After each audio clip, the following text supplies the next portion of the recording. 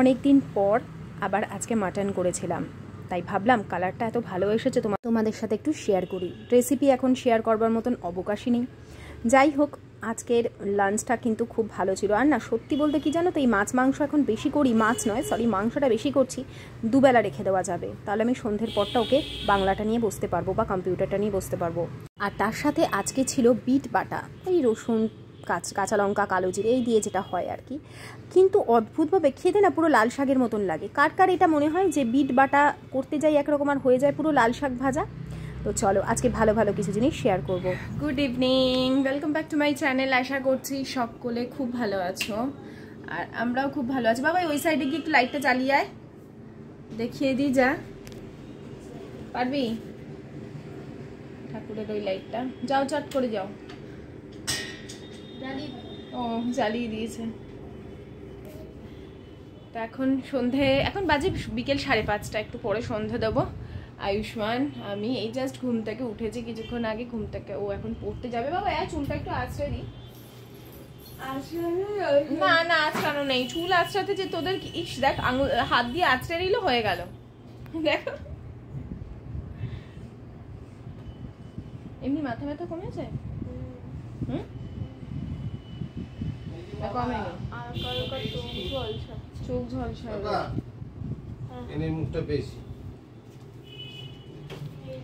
এটা ছিল সোমবারের ভিডিও। সোমবার ওর মানে মঙ্গলবার ওর সায়েন্স পরীক্ষা, তাই সায়েন্সের জন্য পড়তে যাচ্ছে।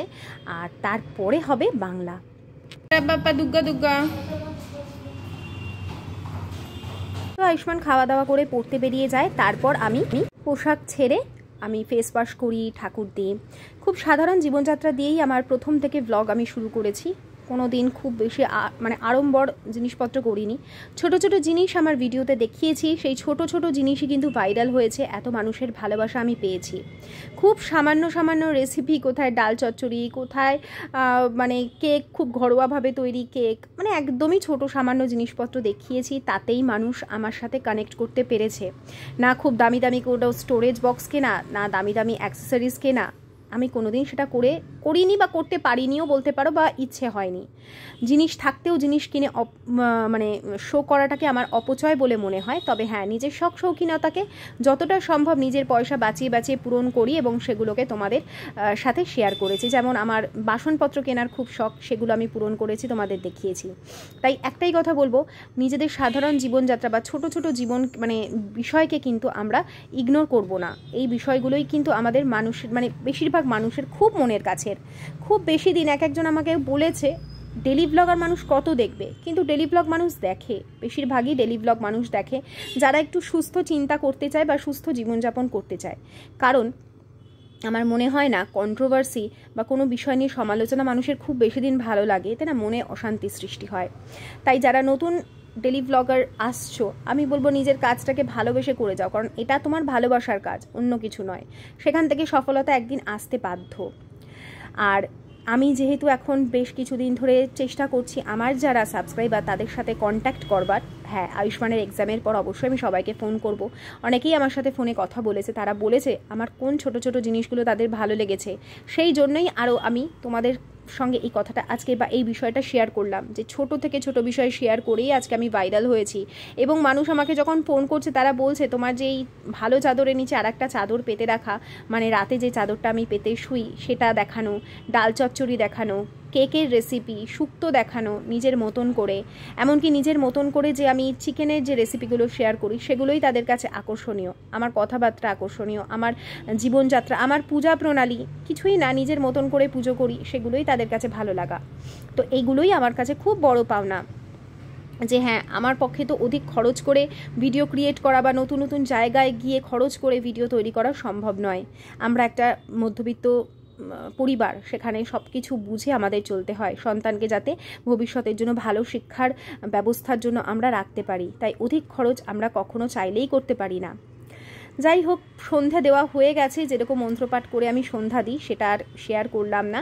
ঠাকুরকে পুজো পাঠ করে নিয়ে এখন এই যে জলটা ঠাকুরের গ্লাসের থাকে সেই জলটা তো আমি রেখে দিই, এগুলো রাত্রিবেলা গাছের গোড়ায় আমি দিয়ে দিই। তোমরা কি তাই করো আমাকে জানিও, তাহলে আমিও সেটা করবো। আমাকে একজন বলেছিল তুলসী গাছে না দিতে খালি। আর হয়ে গেছে, এখন সারা ঘরে এই ধুনো কর্পূর দিয়ে দেবো। যাদের বাড়িতে প্রচুর নেগেটিভিটি কাজ করে, আমি তো তোমাদের বলেছি লাস্ট 2-3 বছর আমাদের বাড়িতে একটু যদি পুজো পাঠ না করা হয় নানা ধরনের নেতিবাচক জিনিসপত্র আসে। এবার কেউ হয়তো মানবে, কেউ মানবে না। একটা সময় আমিও এসব মানতাম না, কিন্তু যখন ভুক্তভোগী হয়েছি আমি মেনে চলি এবং সত্যি ভালো থাকি। এই দেখো এখন এই কিচেনের অবস্থা এটা। আমি দুপুরবেলা তো মাজি না, এখন রেখে দিই। সেই এখন সমস্ত কিচেন পরিষ্কার করব, করে তারপর সোনালীকে বললাম আয় একটু এসে দুজনে চা খাই, চা খেয়ে তারপরে যাব একটু বাজার দোকান করব, করে তারপরে দিনে তো বানানোর কিছু নেই, রুটি করব। তো ঘরে লিকুইড দুধ ছিল না, আমি লিকুইড দুধ আনতে যাব। তো সোনালী বলে ওর ফ্রিজে একটা দুধ আছে, ও নিয়ে আসছে, তাই জন্য আর আমি দুধ কিনতে যাইনি। এখন সেই দুধের প্যাকেটটাই একটু বরফ হয়ে গেছে। আমি বললাম কোনো ব্যাপার না, গ্যাসের ওপর বসাবো, এক্ষুনি গলে যাবে। তাই দুধ চা করবো দুজনে, ও থাকলেই তবেই এসে আমরা দুজনে বসে দুধ চা খাই। আর হ্যাঁ, ওর আর আমার মেয়ে একই জায়গায় যেহেতু পড়তে যায়, আমার ছেলে আর ওর মেয়ে একই জায়গায় পড়তে যায়, সেই জন্য আমরা এই সময়টা একটু ফাঁকা পাই। ওই ঘন্টাখানেক বসে হয়তো কখনো কখনো গল্প করি, খুব বেশি না, যেহেতু একই পাড়ায় থাকি তাই জন্য। হয়তো বেপাড়ায় থাকলে দেখাই হতো না। আর সত্যি বলতে এমন নয় যে সোনালী আমার একমাত্র বান্ধবী, আমার প্রচুর স্কুলের কলেজের বন্ধুদের সাথে আমার এখনও প্রচুর ঘনিষ্ঠতা। আর আমার মনে হয় পাড়াতেও তো একটা বান্ধবী থাকা ভালো, যারা একই পাড়ায় বন্ধু হয়ে এসেছে, তাহলে কিছুটা সময় অন্তত এই ধরো চা খাওয়া বা টুকটাক রান্নাবান্না শেখা, এইগুলোতে কিন্তু সময়টা কেটে যায়। বাকি আমাদের যে এখন এজ, সেখানে নিজেদের বন্ধু পাতিয়ে গল্প করে আড্ডা দেওয়ার সময় মানে আমাদের সময়কে অপচয় করা। তার থেকে আমরা সংসারে কোনো কাজ শিখতে পারি বা নিজের কিছু নিজেদের গ্রুম করতে পারি, এটা আমার মত। কারণ এখন আমাদের হাতে আর খুব বেশি সময় নেই, আস্তে আস্তে বয়স বাড়ছে। তো নিজেদের জন্য যদি সময়ই না বের করি তাহলে আর বাঁচবো কবে? নিজেদের জন্য সময় বার করতে হবে, নিজেদেরকে আনন্দে রাখার জন্য। এরপর তো রোগ ভোগ সমস্যা আস্তে আস্তে দেখা দেবে। তাই এখনই আমাদের হাতে যেটুকু সময় আছে একটু আনন্দ করে বেঁচে নিতে হবে। তো চলো ঝটপট চা বানিয়ে একটু চা খাই এলাচ দিয়ে।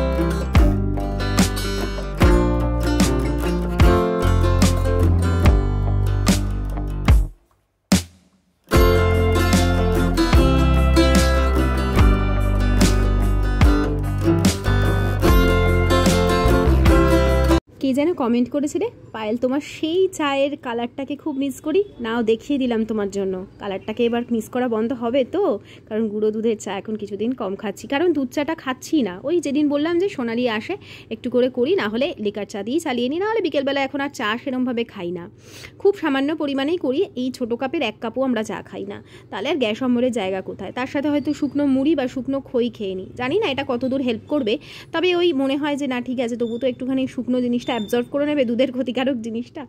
এই হচ্ছে আমাদের পয়েন্ট।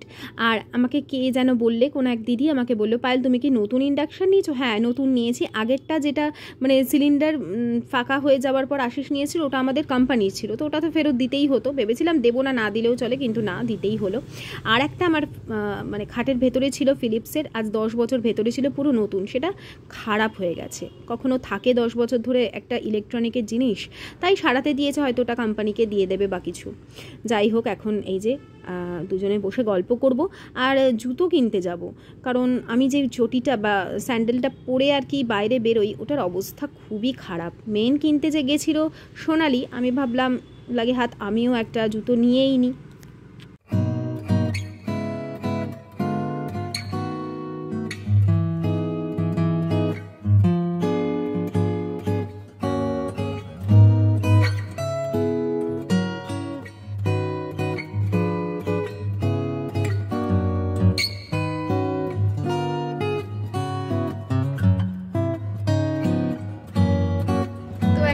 জুতো কিনেছি আমি, কারণ যেটা পরে ঘুরতাম ওটার অবস্থা খুব খারাপ ছিল।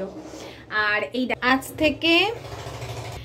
থেকে আমার শুরু হবে দই পাতা, তাই জন্য আমুল গোল্ড নিয়ে এসেছি গরম করে, মানে ফুটিয়ে রেখেছি। এটা নর্মালের থেকে একটু উষ্ণ গরম থাকবে। আর টক দইও কিনে এনেছি মিষ্টির দোকান থেকে। মিষ্টির দোকানে টক দই এখন পাতি, তাহলে না ওই একটা কেমন দেখবে প্যাকেট দই, বা আমি আগে ওই যে বাটি পাওয়া যায় না মাদার ডেয়ারি, ওগুলো থেকে কিনলে দেখতাম একটা আঠা আঠা ব্যাপার থাকে, কারণ ওরা না ঘন করবার জন্য মনে হয় কর্নফ্লাওয়ার এই জাতীয় কিছু অ্যাড করে, যার জন্য আঠা আঠা হয়ে যায়। ওই জন্য আমি দোকানের টক দই এনেছি, ওটা দিয়েই আমি করব, দই পাতবো। আর আজকে মাটন করেছিলাম, খালি আমাদের জন্য রুটি করব, আমার আর আশিসের, আর আয়ুষ্মানকে ভাত খাওয়াবো। তো এখন এই যে ডালটা একটু সেদ্ধ বসিয়ে দিই, কারণ ডাল একদম নেই। ডাল দিয়ে ভাত দিয়ে খাইয়ে ওকে আমি করে দেবো, কি বলে মাংস দিয়ে খাইয়ে দেবো। ও ডাল সেদ্ধ দিয়ে খেতে খুবই ভালোবাসে, বুঝতে পারলে।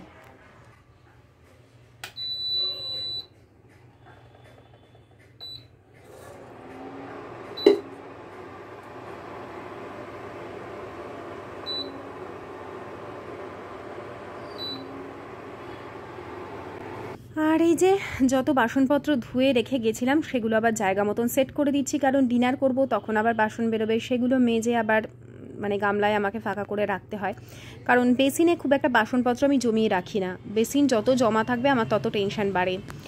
আর তোমরা আমাকে একজন কমেন্টে বলেছো যে আমি যেন আমার প্রত্যেকটা প্রেশার কুকার তোমাদেরকে দেখাই, অবশ্যই দেখাবো।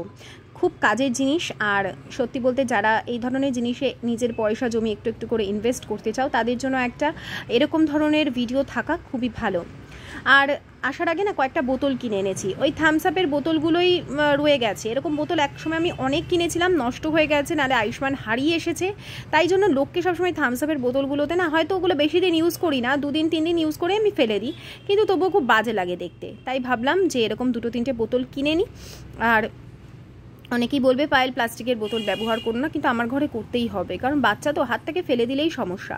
বা স্টিলের বটল আছে, এমন নয় যে স্টিলের বটল বা ওই থার্মাসগুলো আমার কাছে নেই, অনেক কটাই আছে। আয়ুষ্মান গিফট পেয়েছে বার্থডেতে, কিন্তু ওইগুলোতে না ধরো কোনো কারণে যদি খাটের ওপর থেকে একটু সাইড হয়ে থাকে না, জল লিক করতে থাকে, ওই জন্য মানে হয় না আমাদের ঘরে না। সত্যি বলতে যাদের হ্যাঁ ডাইনিং টেবিল থাকে, জলের বোতল আলাদা রাখবার, সুন্দর করে সাজিয়ে রাখবার স্পেস আছে, তাদের জন্য হয়। আমাদের মতন ঘরে সত্যি বলছি হয় না, এই জিনিসগুলো মেনটেন করা যায় না। তাই জন্য আমি চাইলেই ইচ্ছে হলেই কাচের জিনিসপত্র কিনে সাজিয়ে রাখতে পারলেই অনেক ধরনের আইডিয়া আছে, কিন্তু এখন সেগুলো পসিবল না। যতক্ষণ না নিজের খুব বড় স্পেস দেওয়া বাড়িঘর হচ্ছে, হলেও ভালো না হলেও ভালো হবে তো নিশ্চয়ই একদিন, তখন না হয় একটু একটু করে নেওয়া যাবে। আর এই যে বাসন বা বোতল ধোয়ার যেটা দেখালাম না, এটা খুবই ভালো। অনেকেই দেখবে জালি জালি মানে ওই তারের জালি দেওয়া পাওয়া যায়, ওগুলোতে ভালো ভেতর দিকটা পরিষ্কার হয় না। এটা যে শক্ত, এটা ভেতর দিকে দিলে মনে হবে যেন পরিষ্কার হয় না, কিন্তু এটাতে দারুণ পরিষ্কার হয়। তো ভালো করে ওই লিকুইড যে ডিশওয়াশার আছে আমার, সেটা দিয়ে ওইটা দিয়ে ভালো করে ঘষে ঘষে পরিষ্কার করে নিলাম। আর এই ছোট ছোট জিনিসগুলোই হচ্ছে আমার প্লাস পয়েন্ট, যে আমি ভিডিওতে এগুলো পর্যন্ত দেখাই। আজকে তোমাদের সাথে দই পাতার রেসিপিটা শেয়ার করব। শীত চলে যাওয়ার পর আবার ঘরে পাতা টক দই পাতার সিজন আমার ঘরে চলে এসছে। যারা একদম প্রথম থেকে আমার ভিডিও দেখে তারা জানে যে আমার ঘরে গরমকালে প্রত্যেক দিন দই রুটি, এটাই হয় সকালবেলা জলখাবার। সাথে কোনো তরকারি থাক আর না থাক, হয়তো থাকলে একটা ডিম সেদ্ধ বা একটা কলা। আমি দই নিয়েছিলাম মিষ্টির দোকান থেকে। দইটা যদি একটু ছেঁকে রাখতাম না, মানে ছাঁকনি দিয়ে ছেঁকে রাখতাম, তাহলে সকালবেলা যে দই মানে জল কাটে ওইটা হয় না। আর আমি ভুলে গেছি একটু ছেঁকে রাখবার জন্য, তোমাদের বলে রাখলাম যদি ছাঁকনির মধ্যে অল্প দইয়ের সাজোটাকে ছেঁকে জলটাকে ঝরিয়ে নাও, একদম ভালো চাকবার বাঁধানো দই বসবে। আর দুধটা আমুল গোল্ড নিয়েছিলাম গরম করে, একদম মানে টেম্পারেচার এমন করে নিয়েছি যে গরম আছে অথচ আমি আঙুলটাকে ডুবিয়ে রাখতে পারবো। দিয়ে এখন মালাইটা পর্যন্ত ওর মধ্যে দিয়ে দিলাম। সকালবেলায় আমুল গোল্ডের দুধটা মানে দুধের দইটা খাবে না, তোমাদের মনে হবে না যে টক দই খাচ্ছ, এত স্বাদ হয়। একটু ভালো করে গুলিয়ে নিয়ে আমি গ্যাসের পাশে ঢাকা দিয়ে একটা টাওয়েল চাপা দিয়ে রেখে দেবো। তাহলেই খুব সুন্দর চাক বাঁধানো দই কিন্তু বসে যাবে, আর কিচ্ছু করতে হবে না। সকালে জাস্ট রুটি করে নিলেই জলখাবার হয়ে যাবে। আর এই যে এখানে আমার জলের জার থাকে, তারপরে ঘর মোছার যাবতীয় ঝুল ঝাড়ার যে ঝাড়ু সেটাও পর্যন্ত এই বারান্দাটায় রাখি। কিন্তু এটা পরিষ্কার, হয়তো দেখে সাজানো মনে হচ্ছে না, কিন্তু পরিষ্কার করি। তো বন্ধুরা, আজকের মতন ভিডিও আমি এখানেই এন্ড করছি। আবার আসছি আগামীকাল। ততক্ষণের জন্য সকলে খুব ভালো থেকো। Tata, bye bye, good night, সায়োনারা।